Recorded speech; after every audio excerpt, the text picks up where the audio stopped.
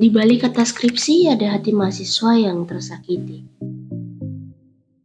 Revisian seringkali membuat mahasiswa tingkat akhir menjadi korban skripsi. Mau bagaimanapun sistem perskripsian di universitasmu dicicil dari semester awal atau ditumpuk di akhir, memulai pengerjaan skripsi merupakan sesuatu hal yang sulit, apalagi menemukan ide. Yap, umumnya kendala utama yang dialami oleh mahasiswa kedokteran adalah terkait pencarian ide, topik, dan judul penelitian skripsi. Sebelum menemukan ide, kamu harus mengetahui pilihan desain penelitian yang memungkinkan dilakukan seorang mahasiswa sarjana.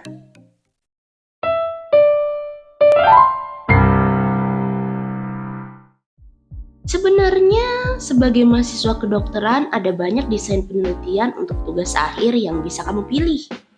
Yang paling sederhana adalah penelitian observasional. Dari kata observasional, observasi, desain penelitian ini melibatkan pengamatan dan pengambilan data tanpa melakukan intervensi kepada populasi. Jenis penelitian observasional meliputi yang pertama adalah studi potong lintang atau cross-sectional.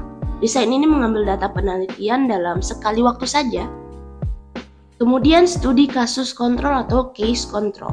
Desain ini membagi populasi penelitian menjadi kasus dengan penyakit dan kontrol atau tanpa penyakit. Studi ini membandingkan orang yang sakit dan tidak sakit, kemudian melihat faktor resikonya. Yang terakhir ada studi cohort. Desain ini mengambil data penelitian dalam rentangan waktu tertentu, sehingga memerlukan follow-up. Berbeda dengan studi kasus kontrol, studi cohort melihat orang dengan faktor risiko tertentu, apakah menjadi sakit atau tidak. Ada desain lain di mana peneliti tidak hanya melakukan observasi, tapi melakukan tindakan atau pemberian intervensi terhadap subjek penelitian. Desain ini disebut penelitian eksperimental.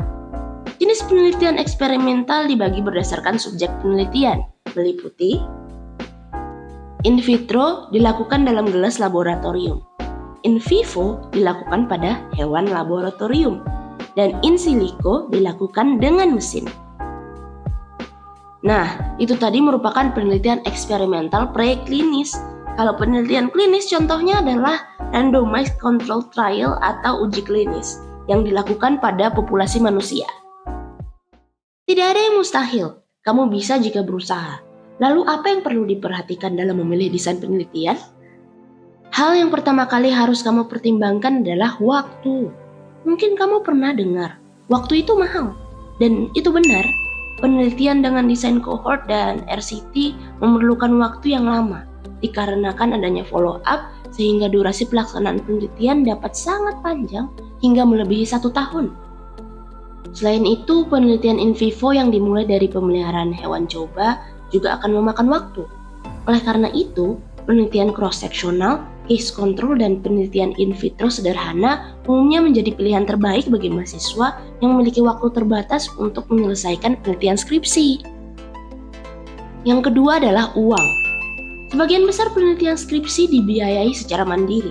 Artinya, kapasitas penelitian juga akan bergantung pada kantong mahasiswa. Semakin kompleks penelitian dan semakin panjang durasi penelitian akan sejalan dengan peningkatan biaya. Selain itu, biaya penelitian eksperimental akan jauh lebih mahal dibandingkan penelitian observasional dikarenakan pembelian seluruh keperluan selama prosedur penelitian. Yang ketiga adalah analisis data. Mendengar kata analisis data saja mungkin kamu sudah dapat menebak kalau mahasiswa biasanya terhambat pada proses analisis data yang kompleks. Oleh karena itu, pemilihan analisis data yang sesuai itu penting. Analisis data bervariasi, mulai dari analisis 1 variabel, univariat, 2 variabel atau bivariat, dan lebih dari 2 variabel disebut multivariat. Semakin banyak variabel yang diteliti, maka analisis data akan semakin kompleks. Umumnya, penelitian skripsi menganalisis data hingga tahapan bivariat. Sumber data juga harus diperhatikan. Jika penelitian observasional, maka dari mana kita akan memperoleh data? Jika penelitian eksperimental, apakah terdapat laboratorium dengan kelengkapan yang memadai untuk menjalankan penelitian? Memastikan sumber data akan mempermudah pelaksanaan penelitian dan menghindari masalah besar di masa depan. Terakhir, Konsultasi dengan dosen terkait pemilihan ide dan topik sangat krusial karena dosen tentu memiliki pengalaman yang lebih. Pertanyaan mengenai keempat poin yang telah dibahas sebelumnya sangat disarankan untuk diajukan kepada dosen. Berdiskusi dengan dosen, kakak tingkat, dan teman sangat disarankan dalam pemilihan ide dan topik penelitian skripsi. Kami harap kamu bisa terbantu dengan video ini. Kami yakin kamu bisa melaluinya. Semangat!